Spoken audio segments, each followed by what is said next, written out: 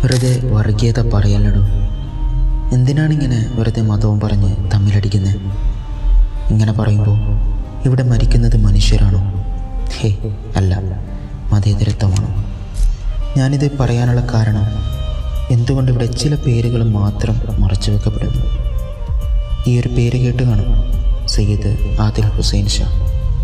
പെഹൽഗാമിൽ ഭീകരൻ്റെ തോക്ക് പിടിച്ചു വാങ്ങി സഞ്ചാരികളെ രക്ഷിക്കാൻ ശ്രമിക്കുന്നതിനിടെ വെടിയേറ്റ് മരിച്ച ഒരു വ്യക്തി.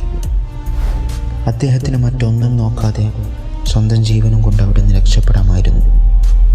അദ്ദേഹത്തിനുണ്ടായിരുന്നു കുടുംബം, ഉപ്പ, ഉമ്മ, ഭാര്യ, മക്കൾ.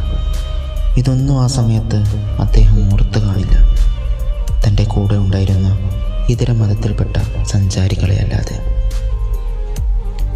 ഇവിടെ ഹിന്ദുവെന്നോ മുസൽമാനെന്നോ ക്രിസ്ത്യനെന്നോ ഒന്നില്ല.